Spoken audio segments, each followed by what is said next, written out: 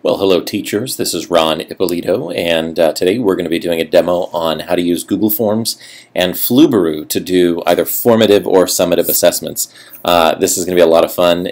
Once you get the hang of it, it's super easy, and it's really a great way to do easy assessments with your kids. So we're going to go ahead and start. I'm actually going to do this backwards. I'm doing the demo on how to grade them first, and then I'll show you how to actually create the quiz. So this is a quiz, a sample quiz that I created, and I posted it on social media, posted it on Facebook and Twitter, and got 34 responses over the past few hours. So what I'm doing, it's just a real quick 3-question quiz, just on this week in history, what's been, what happened the first week of December in years past. I asked for the first name, asked for the last name, I asked for an email address, and I'm going to explain why that's important in just a moment. And then just 3 questions. And so what I'm going to do is I'm going to take the test. I need to do this in order to create the answer key. So I'm going to call myself answer key. You'll see why in just a moment. I don't need my email address, but I'll put it in there anyway, just for fun. Okay, and then let's answer these questions. Price of Enron stock. That's actually, it dropped all the way down to 26 cents per share. And let me go ahead and zoom in so you can see these questions a little bit better. The channel tunnel, historical records indicate that the idea for the tunnel was first proposed to and considered by Napoleon is the answer to number 2. And then the Washington Monument was also completed this week in history in 1884. Tallest building in Washington, D.C. today, excluding radio towers, still the Washington Monument. Okay, so I'm going to go ahead and submit, and I will show you why this is important in just a moment. You'll notice that I have a little exit message here. This is called the confirmation, and you can customize this. What I usually do with my kids, because all of my students are finishing at different times, whether it's a formative or summative assessment, they all kind of finish on their own pace. And so usually in this message right here, I tell them these are the things that you can do quietly while the rest of the class is finishing the assessment. So you can totally customize this message right here. Okay, so now I have created the answer key, and now I'm going to go to the spreadsheet. Now, these are all the people. Let me go ahead and zoom back out here. These are all of the people who answered, mostly adults here. Some of them using their real names, and some of them I gave them the instructions they could use a pseudonym if they chose. And so now we're going to go ahead. The first thing you would do the very first time you're doing this, because we're using an add-on called Flubaroo. I'm going to go to add-ons. This is in the spreadsheet, which is the responses.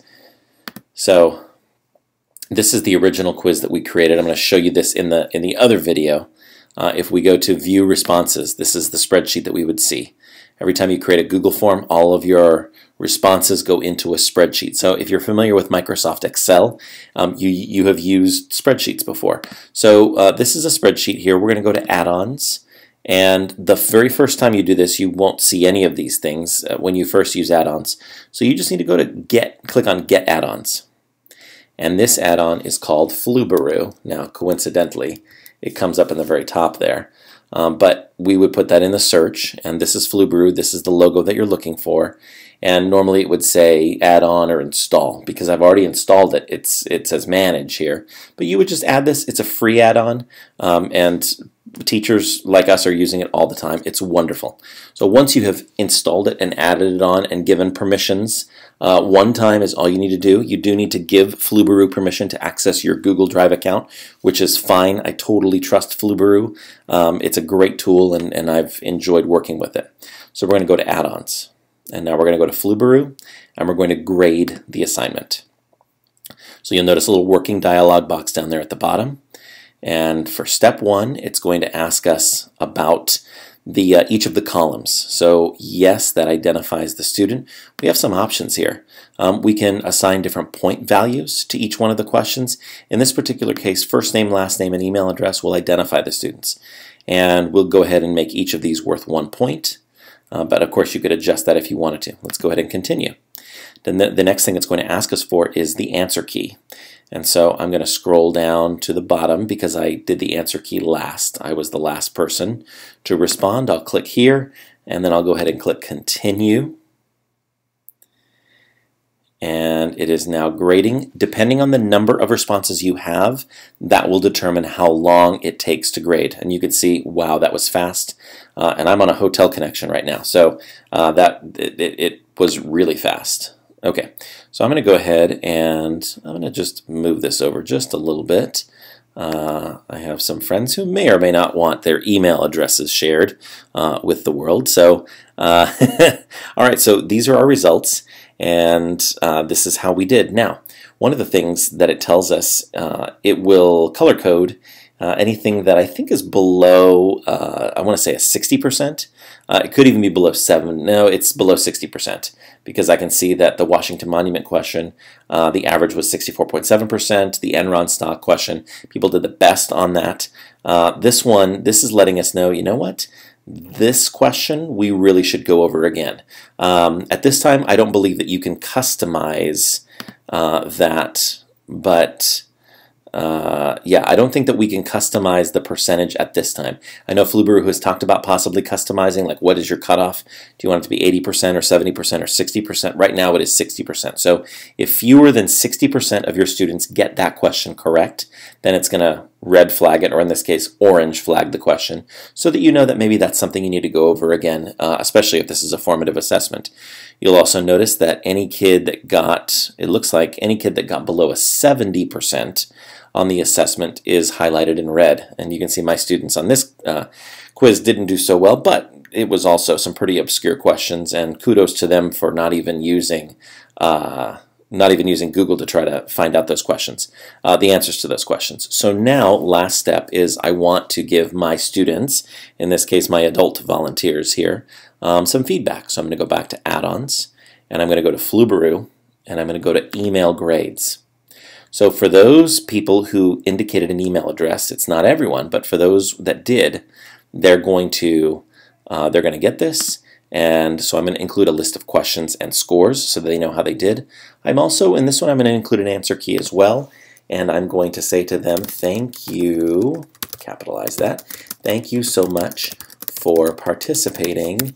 I appreciate your help with my Google Docs and, I should say, Google Forms and Flubaroo demonstration. If you are an educator, you can use Flubaroo to create your own self-grading quizzes. Twosies. I'll click continue. And it knew, based on the process of elimination, it knew that the column that says your email address includes the email addresses of my respondents.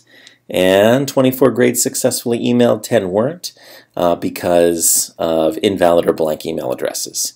Thank you very much. I can also go to my Gmail. My pocket just buzzed, which means that I also got a confirmation email as well. And you can see there's my data right there. It also sends me back to the spreadsheet if I want to take a look at it. So we'll go back here, and so that is how we grade a formative or a summative assessment using Flubaroo and Google Forms. So this is the back end of it. So you can see the finished product here. You also see some summary information. In the next video, or you may have watched that video last, but I'm going to make it right now. In the next video, I'm going to show you how to create a formative assessment using Google Forms so you can see how this all begins. Thanks for watching.